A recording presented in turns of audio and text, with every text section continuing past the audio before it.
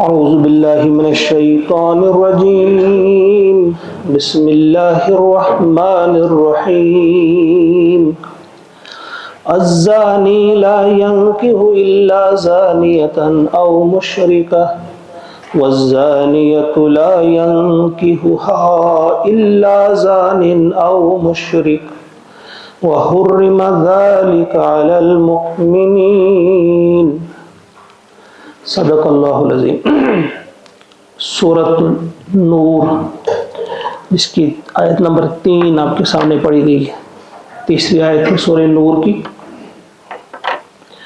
اس سورہ نور کا آغاز ہی جو ہوا تھا سورۃ انزلناہا وفرضناہا، جس طرح سے کل بھی میں نے اس کی وضاحت کی تھی کہ ایک ایسی صورت ہے، ایک ایسی اہم ترین صورت ہے جس کو ہم نے اتارا ہے، وہ فرضناہا، اور اس کو ہم نے فرض کیا ہے۔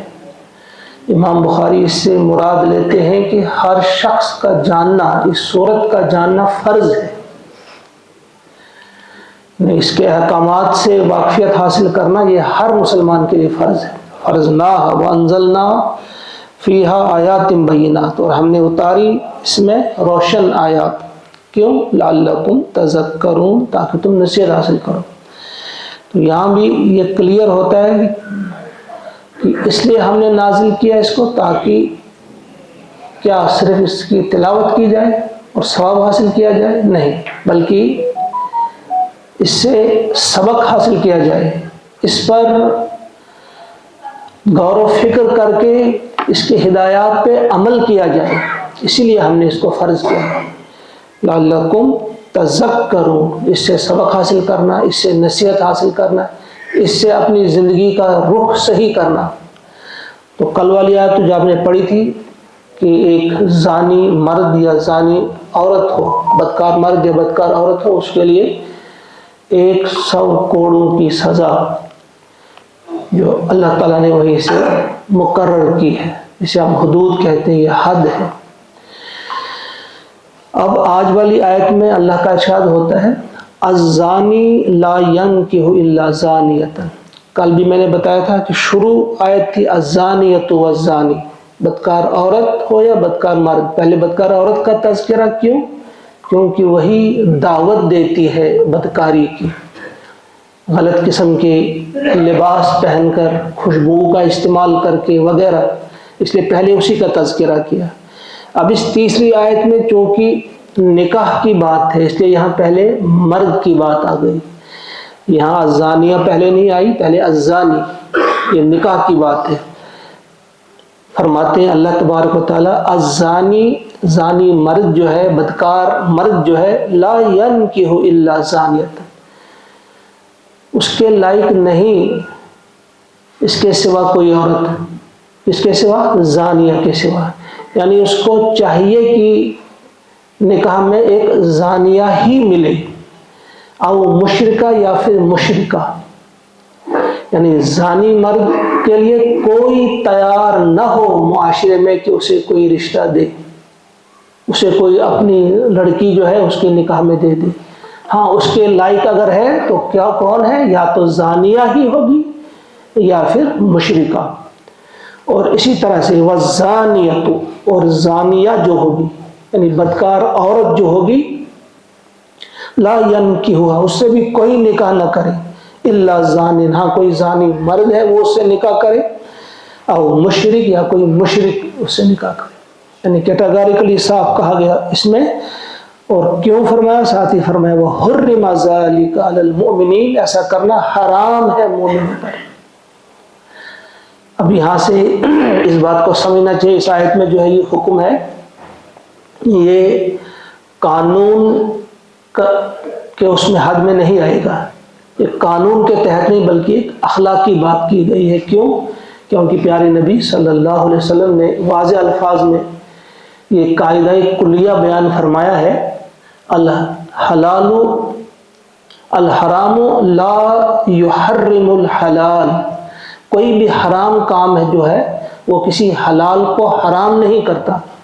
گویا ان کا نکاح آ سکتا ہے، جائز نکاح قرار پائے گا اگر زانی مرد کسی شریف عورت اچھی لڑکی سے بھی شادی کرے تو وہ تو ہو جائے گا، لیکن یہ اخلاقی طور پہ کہا گیا ہے کہ معاشرے میں اس بدکاری کے خلاف ایسی نفرت ہو کہ بدکار مرد کو کوئی رشتہ دینے کے لیے تیار نہ ہو اور بدکار عورت سے کوئی رشتہ کرنے کے لیے تیار نہ ہو۔ اس چیز کو پروموٹ کرنے کے لیے، اس چیز کو عام کرنے کے لیے اس آیت میں اس چیز کا حکم دیا گیا کہ اس لائق ہے ہی نہیں ایک بدکار مرد کہ اسے رشتہ دیا جائے۔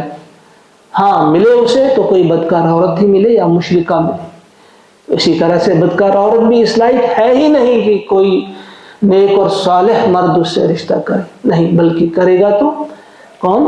کوئی بدکار مرد ہی ہوگا، وہی کرے گا اسے۔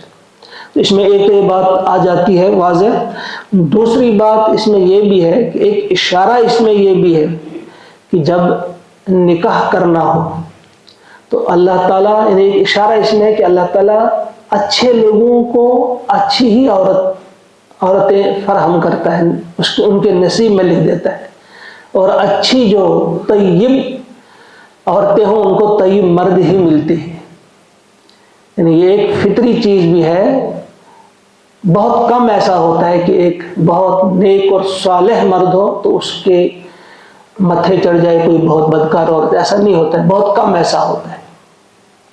آگے اس کی اور آئے گی وضاحت۔ تو اس سلسلے میں ایک اشارہ اس طرف ہے، واضح اشارہ ہم کہیں گے، وہ یہ کہ اگر آپ چاہتے ہیں کہ آپ کے نکاح میں ایک بہت اچھی عورت آئے، بڑی صالحہ ہو، بڑی نیک ہو، تو جناب آپ کو خود پہلے نیک بننا ہوگا، آپ کو صالح بننا ہوگا۔ جتنے آپ صالح ہوں گے آپ کو نکاح میں ملے گی ایک صالح لڑکی ملے گی، ایک صالح عورت سے آپ کا نکاح ہوگا۔ اس کی مثالیں ہم بڑی ملتے ہیں کہ اس سلسلے میں کتنے محتاط ہوا کرتے تھے ہمارے اسلاف۔ حضرت عمر رضی اللہ تعالیٰ عنہ کا واقعہ سب کو یاد ہے، گشت کیا کرتے تھے، رات کو مدینہ کی گلیوں میں گھومتے تھے، کوئی پریشان حال تو نہیں۔ تو اسی طرح سے حضرت اسلم کو بھی ساتھ اٹھایا ایک رات آپ نے رضی اللہ تعالیٰ عنہ۔ تو ایک گھر کے باہر آپ کا کان لگتا ہے کہ ماں بیٹی سے کہتی ہے کہ دودھ میں پانی ملا دو۔ بیٹی نے جواب دیا کہ امیر المومنین حضرت عمر نے منع کیا ہے۔ ماں کہتی ہے کہ امیر المومنین کہاں اس وقت دیکھ رہے ہیں، آپ ملا لو، جاؤ فوراً ملا لو اس میں پانی، یہ ہماری مجبوری ہے۔ تو بیٹی نے کہا کہ دیکھو، اگر امیر المومنین نہیں دیکھ رہی ہے لیکن امیر المومنین کا اللہ تو دیکھ رہا ہے، مجھ سے تو یہ نہیں ہو سکتا، میں ایسا نہیں کروں۔ تو حضرت عمر نے کہا حضرت اسلم سے کہ اس گھر کو اچھی طرح یاد رکھو، یہ کون سا گھر ہے، کہاں ہے۔ تو اگلی صبح اسے بھیجا کہ جاؤ پتہ کرو اس گھر میں کون رہتا ہے، کیا کوئی جو بیٹی ہے یہ بغیر نکاح کے ہے یا نکاح اس نے کیا ہے۔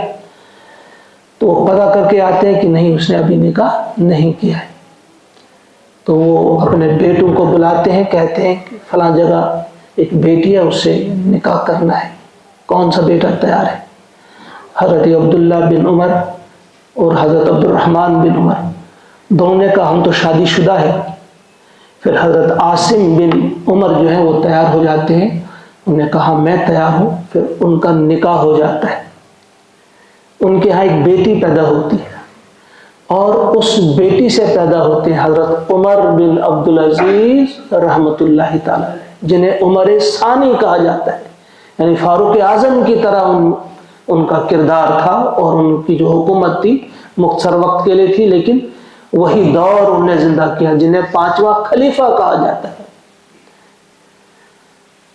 اسی طرح سے تقریب عراق میں ایک علاقہ ہے، وہاں کے گورنر جو تھے وہ تھے نجم الدین ایوب۔ تو وہاں کے اس وقت کے خلیفہ عثمان جو تھے اس سے کہتے ہیں نجم الدین ایوب سے کہ آپ رشتہ کیوں نہیں کرتے، بڑی عمر آپ کی ہو گئی۔ انہوں نے کہا مجھے اپنی پسند کی لڑکی نہیں مل رہی ہے۔ کہا تمہاری پسند کیا ہے، تم کیا چاہتے ہو؟ انہوں نے کہا میں چاہتا ہوں کہ ایسی لڑکی ملے جو میرا ہاتھ پکڑ کر مجھے جنت میں داخل کرے۔ اور پھر ہم دونوں کے ہاں بیٹا پیدا ہو اور ہم اس کی ایسی تربیت کریں کہ وہ بیت المقدس مسجد اقصی کو وہ آزاد کرے۔ بہرحال بات آئی گئی تو یہ شخص نجم الدین ایوب یہ ایک شیخ کے پاس جایا کرتے، ایک بڑے بزرگ کے پاس، وہاں ایک دن بیٹھے ہیں تو وہاں خواتین کا اجتماع چل رہا تھا۔ انہوں نے وہاں ایک عورت سے کہا کہ ہم نے آپ کے ہاں آپ کے لیے ایک رشتہ بھیجا تھا، آپ نے قبول کیوں نہیں کیا؟ تو اس نے کہا کہ دیکھو مجھے میری پسند کا مرد نہیں ملتا۔ کہا کیسا چاہیے تمہیں؟ انہوں نے کہا مجھے ایسا شوہر چاہیے جو میرا ہاتھ پکڑ کر مجھے جنت میں داخل کرے، اور ہمارے ہاں ایک اولاد پیدا ہو، ایک بیٹا پیدا ہو کہ ہم دونوں اس کی ایسی تربیت کریں کہ وہ مسجد اقصی کو آزاد کرے۔ تو یہ بیٹھا تھا سائڈ میں، یہ سن رہا تھا نجم الدین ایوب گورنر۔ جب اس نے یہ بات سنی نے کہا مجھے اس کے بارے میں بتاؤ، مجھے اس کے ساتھ میرا نکاح کرا دو۔ انہوں نے کہا اچھا ابھی ٹھہرو۔ جب اجتماع ختم وہ چلی گئی تو پھر کہا دیکھو یہ انتہائی غریب گھرانے کی ایک لڑکی ہے، کہا کچھ بھی ہو یہ میری مرضی کی شادی ہوگی، اگر آپ اس سے میرا نکاح کروائیں گے۔ پھر ان کا نکاح ہوتا ہے اور پھر ان کے ہاں جو بیٹا پیدا ہوتا ہے وہ ہوتا ہے سلطان صلاح الدین ایوبی، جس نے مسجد اقصی کو آزاد کرایا۔ نجم الدین ایوب کا بیٹا، اس لیے اسے ایوبی کہتے ہیں۔ تو یہ یہاں سے ایک واضح اشارہ ہمیں ملتا ہے کہ اگر آپ بہت اچھے بنیں گے، اس میں خاص کر جن کا نکاح ہوا ہے وہ تو بہرحال اپنے لیول پہ کس قسم کا کیا کریں گے، کس قسم کی تربیت کریں گے اپنی بیویوں کی، لیکن جو ابھی جوان جہاں بیٹھے ہیں یا جو آواز سن رہے ہیں ان کے لیے یہ ہے کہ اگر انہیں چاہیے کہ ایک صالح خاتون انہیں ملے، کوئی صالح بیوی انہیں ملے، تو اس کے لیے ضروری ہے کہ آپ کو خود صالح بننا ہوگا۔ صدق کے دل سے توبہ کیجئے، یہ بڑے مبارک ایام ہیں، اور اپنی عفت کی حفاظت کیجئے، اپنی عزت کی حفاظت کیجئے، اپنے آنکھوں کو بدنگاہی سے بچائیے، اپنے کانوں کو گندے کاموں سے بچائیے، گندی چیزیں سننے سے بچائیے، تو انشاءاللہ آپ کو اللہ تعالیٰ عطا فرمائیں گے انتہائی صالح بیوی آپ کو ملے گی، بہت اچھی بیوی ملے گی۔ بہرحال تو یہاں یہ تیسری آیت تھی، چوتھی آیت بھی ہم پڑھ لیتے ہیں۔ والذین یرمون المحصنات، رہے وہ لوگ جو تہمت لگائیں المحصنات پر، پاک دامن عورتوں پر، ثم لم یاتوا، پھر وہ نہ لائیں، باربعۃ شہداء، 4 گواہ، فجلدوہم، تو انہیں کوڑے مارو، 80 جلدہ، 80 کوڑے، 80 کوڑے انہیں مارو، ولا تقبلوا لهم شہادۃ ابدا، اور ان کی گواہی کبھی بھی قبول نہ کی جائے، یعنی کسی معاملے میں انہیں گواہی دینی ہو تو ان کی گواہی قبول نہ کی جائے۔ واولئک هم الفاسقون، اور یہی لوگ جو ہے بد کردار لوگ ہیں، یہ فاسق لوگ ہیں۔ اب دیکھیں یہ کتنی گھناؤنی حرکت ہے کہ انسان کسی پر، اگرچہ یہاں الزام کا نام نہیں کس قسم کا الزام، لیکن آیات سے واضح ہوتا ہے کہ یہ زنا کا الزام ہے۔ جو شخص بھی کسی پہ زنا کی تہمت لگائے تو وہ اس قسم کا انسان ہے کہ اگر وہ ثابت نہ کر پائے، اور ثابت کرنے کے لیے کمپلسری رکھا گیا 4 گواہ، یعنی 4 گواہ ہونے چاہیے، اور وہ اس انداز کے گواہ ہونے چاہیے، یہ نہیں کہ ہم نے اندازہ کیا، ہم نے دیکھا، یہ وہ نہیں، بلکہ وہ اس طرح سے دیکھیں اس فعل کو جس طرح سے قلم دوات میں دیکھی جاتی ہے۔ اس قسم کے گواہ وہ لائیں گے 4، پھر سزا ملے گی اسے 100 کوڑوں کی۔ اگر وہ گواہ نہ لا پایا 4، پھر اس کو ملیں گے 80 کوڑے، اور یہ 80 کوڑوں کی سزا یہ بھی تقریباً زنا کی سزا ہے، ان کو 100 کوڑے ہیں، ان کو 80 کوڑے، یعنی یہ ایسا فعل ہے۔ اس میں ایک سبق ہے، وہ یہ ہے کہ اگر آپ نے کہیں اس قسم کی چیز دیکھی ہے تو آپ کو چاہیے کہ پردہ کرے۔ اگر آپ گواہ نہیں لا سکتے 4 گواہ، اگر آپ اس کو سزا نہیں دلوا سکتے، سزا دلانے کے لیے تو ضروری ہے 4 گواہ، اگر وہ آپ کو نہیں ملتے پھر آپ کو منہ بند کرنا ہوگا، پھر آپ کو خاموش رہنا ہوگا، کیونکہ یہ ایک ایسی چیز ہے کہ گناہ کی تشہیر جو ہے گناہ کو عام کرنا، گناہ کی بات کو پھیلانا جو ہے، اس سے بے حیائی عام ہوتی ہے، اس سے پھر آہستہ آہستہ اس گندی بات سے بھی نفرت ہونا کم ہوتی ہے۔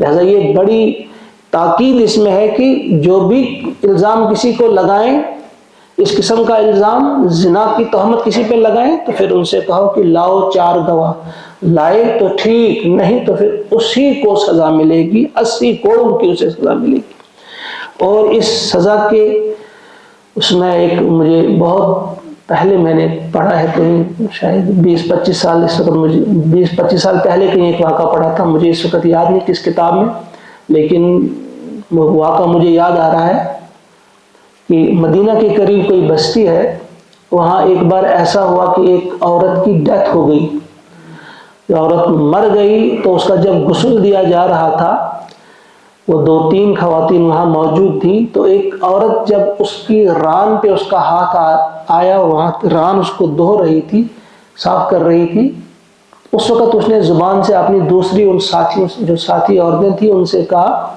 کہ بھئی یہ عورت جو تھی، یہ اس کا کریکٹر ٹھیک نہیں تھا، وہ اس نے الزام لگایا، بد کرداری کا الزام لگایا۔ کہتے ہیں جو ہی اس نے یہ بات کی تو اس کے ہاتھ کو اس کے جسم نے پکڑ لیا، یہ بڑی کوشش کر رہی ہے کہ ہاتھ اپنا اٹھائے، اس کی ران کے ساتھ ہاتھ لگ گیا، ہاتھ نہیں چھوٹتا، بڑا وقت گزرتا ہے، باہر سے لوگ کہتے ہیں بھئی یہ کیسا غسل دے رہے ہو، جلدی کرو، دور دور سے لوگ آئے ہیں جنازے میں شرکت کے لیے، وہ کہاں جائیں گے، پھر دیر ہوگی، جلدی کرو۔ جب پتہ چلا کہ مسئلہ کچھ اور ہے، تو وقت کا جو وہاں امام صاحب جو وہاں کے تھے، کوئی عالم صاحب تھے، ان کو لے گئے، پردہ وغیرہ کیا، ان سے پوچھا کیا بات ہے، کیسے ایسی بات ہے؟ تو انہوں نے سوچا، کہا ایسا کرو کہ اس کے سے گوشت اس کا اٹھا لو، یہاں سے اس کو کاٹ دو، اس کی ران کا گوشت اس کے ہاتھ کے ساتھ رہے گا، یا تو پھر اس کا ہاتھ کاٹنا ہے۔ تو دونوں کہنے لگے کہ بھئی ایسا تو ممکن نہیں کہ ایسا کیسا کریں گے، کچھ اور سوچو۔ پھر کسی بزرگ نے وہاں تجویز دی کہ مدینہ بھیجو کسی بندے کو، وہاں امام مالک تھے انہوں رحمۃ اللہ علیہ، ان کو بلوایا، پر وہ آئے، جب ہم نے غور و فکر کیا، وہ بہت بلند پائے کے امام تھے، آپ سب جانتے ہیں، تو انہوں نے اس عورت سے کہا بتاؤ، جب تم یہاں سے تمہارا ہاتھ چل رہا تھا، تم غسل دے رہے تھے، تم نے زبان سے کوئی بات تو نہیں کہی تھی؟ نے کہا ہاں، میں نے ایسے ایسے کہا تھا کہ یہ عورت بد کردار ہے۔ تو کہا پھر لاؤ 4 گواہ، آپ نے الزام لگایا ہے، تہمت لگائی ہے، زنا کی تہمت لگائی ہے، تو 4 گواہ لے آؤ۔ انہوں نے کہا نہیں، گواہ نہیں ہے۔ پھر کیسے تم نے کہا؟ کہا میں نے فلاں گھر سے اس کو باہر آتے ہوئے دیکھا، تو مجھے شک ہوا کہ یہ بدکار عورت ہے۔ کہا اچھا، صرف اس بنا پہ تم نے شک ہے؟ تو انہوں نے کہا بھائی لاؤ کوڑے، اور اس کو 80 کوڑے برساؤ۔ جب کوڑے برسانے شروع ہو گئے، 10 20 30 40 50 60 70 75 76 79 کوڑے برسے، ہاتھ نہیں چھوٹا۔ جب 80واں کوڑا اس پہ بجا تو ہاتھ چھوٹ گیا۔ اس سے واضح ہو جاتا ہے کہ اللہ تعالیٰ کی یہ سزا جو ہے تہمت لگانے والے کے لیے، زنا کی تہمت لگانے والے کے لیے 80 کوڑوں کی سزا ہے، اور اس کا ہاتھ چھوٹ گیا۔ تو یہاں اللہ تبارک تعالیٰ نے فرمایا ہے کہ یہ جو بھی اس قسم کی، ہم کبھی کیا کہتے ہیں، اس میں بڑی باتیں آ جاتی ہیں، یعنی کبھی ہم باتوں میں 2 آدمی آپس میں لڑ رہے ہیں، انہوں نے دوسرے سے کہا کہ تم زانی ہو، صرف عورت کے لیے نہیں، مفسرین نے لکھا ہے کہ مرد کو بھی آپ زنا کی تہمت نہیں لگا سکتے۔ آپ نے کسی کو زنا کی تہمت لگاتی تو وہ تو ہے، اس پر تو یہ سزا ہے۔ اگر صرف اتنا آپ نے کہا، باتوں میں آپ نے کہا کہ بھئی میں تو زانی نہیں ہوں، یعنی کہنے کا مطلب یہ تھا کہ تم ہو۔ جب کبھی اس قسم کا انسان تعریض جسے ہم کہتے ہیں کہ میں تو زانی نہیں ہوں، گویا دوسرے لفظوں میں اس نے بتا دیا کہ تم ہو، تو اس پر یہ سزا نہیں آئے گی، 80 کوڑوں کی سزا نہیں آئے گی، اس پر تعزیر آئے گی۔ لیکن جو میں نے کل بتایا تھا، حد اور تعزیر میں کیا فرق ہے؟ تعزیر یعنی اس وقت کا جو قاضی ہوگا، جو وہاں حاکم کوئی ہوگا، امیر ہوگا، وہ حالات وغیرہ دیکھ کر اس کے لیے کوئی سزا تجویز کرے گا، سزا اس کو بھی لگے گی۔ گویا اس نے جب کسی کو ڈائریکٹ الفاظ میں نہیں کہا کہ تم زانی ہو، لیکن انڈائریکٹ یہ بات کہہ دی کہ تم زانی ہو. صرف یہ کہہ کر کہ بھائی میں تو زانی نہیں ہوں، گویا تم تو ہو، تو اس پر بھی سزا لگے گی، لیکن یہ 80 کوڑوں والی سزا نہیں آئے گی، اس میں کوئی تخفیف ہوگی، کمی ہوگی، وہ دیکھے گا کس قسم کی سزا اس کو دی جائے گی. تو یہ آیت نمبر 4 تھی یہ والذین یرمون المحصنات ثم لم یاتوا باربعۃ شہداء، 4 گواہ نہیں لے آئے، فجلدوہم 80 جلدہ، 80 کوڑے برساؤ اس پر، ولا تقبلوا، دوسری اس کے لیے سزا، ایک تو کوڑوں کی سزا، دوسری سزا یہ رہے گی اس کی شہادت کبھی قبول نہیں کی جائے گی، یہ گواہی نہیں دے پائے گا. ساتھ ہی مگر الا الذین تابوا، سوائے ان لوگوں کے جنہوں نے توبہ کی، من بعد ذالک، اس کے بعد، یعنی اس کے بعد اگر کسی نے توبہ کی صدق دل سے، واصلحوا، اور اپنی اصلاح بھی کی، یعنی اپنے آپ کو درست کیا، اب اس کے بعد آپ کسی پر تہمت نہیں لگا رہے ہیں، وہ اس قسم کی گندی حرکتیں نہیں کر رہے ہیں، فإن اللہ غفور رحیم، تو بے شک اللہ تعالیٰ غفور اور رحیم ہے. یعنی توبہ کی اس نے، اپنی اصلاح کی، سزا سے تو نہیں بچے گا، 80 کوڑے تو اس کو بھی بچے گے، توبہ سے وہ 80 کوڑے نہیں معاف ہو سکتے، وہ تو لگیں گے ہی لگیں گے، وہ تو دنیا کی سزا ہے، وہ ملے گی. البتہ اس کے بعد یہ دیکھا جائے گا کہ اس نے واقعی اصلاح کی، تو جو گواہ والی جو اس پر قدغن تھی، روک تھی کہ وہ گواہی اس کی قبول نہیں کی جائے گی، وہ اٹھا لی جائے گی. اس کے بعد وہ گواہی دے سکتا ہے، لیکن اس کی وہ دیکھ کر کہ واقعی اس نے اصلاح کی ہے. تو یہ آیت نمبر 5 تک آج ہم نے مکمل کیا. اللہ تعالیٰ سے دعا ہے کہ وہ ہم سب کو توفیق عطا فرمائے کہ اس صورت میں جو احکامات بتائے گئے ہیں ان کو ہم جاننے کی کوشش کریں، اور یہ اپنی ذمہ داری سمجھیں، فرض نہ ہا، یعنی اس کا جاننا فرض کیا گیا ہے ایک کے لیے. اور تو پورا قرآن جاننا ہی فرض ہے، لیکن اس کے الگ سے الفاظ لا کر اس کی اہمیت واضح ہو جاتی ہے. لہذا ہمیں اس مجلس میں بیٹھنے کے لیے جو ہے وقت ضرور نکالنا چاہیے. اللہ کے ہاں آپ کبھی نہیں کہہ سکتے یہ کہ ہمارے پاس وقت نہیں تھا کہ ہم یہ چیزیں سیکھتے، اسی پر سزا ملے گی اور بڑی کڑی سزا ملے گی. اللہ تعالیٰ سے ہم معافی چاہتے ہیں کہ آج تک ہم نے یہ چیزیں نہیں سیکھی، اب اللہ تعالیٰ ہمیں توفیق عطا فرمائے، اس عمر میں ہی صحیح، بڑھاپے میں ہی صحیح، یا جو ابھی جوان ہیں انہیں جوانی میں اس صورت کو سمجھنے کی توفیق عطا فرمائے. اللہم اجعل القرآن ربیع قلوبنا ونور ابصارنا وشفاء صدورنا وذهاب همومنا وغمومنا. ربنا تقبل منا انك انت السميع العليم. سبحان ربك رب العزة عما يصفون وسلام على المرسلين والحمد لله. السلام علیکم ورحمۃ اللہ.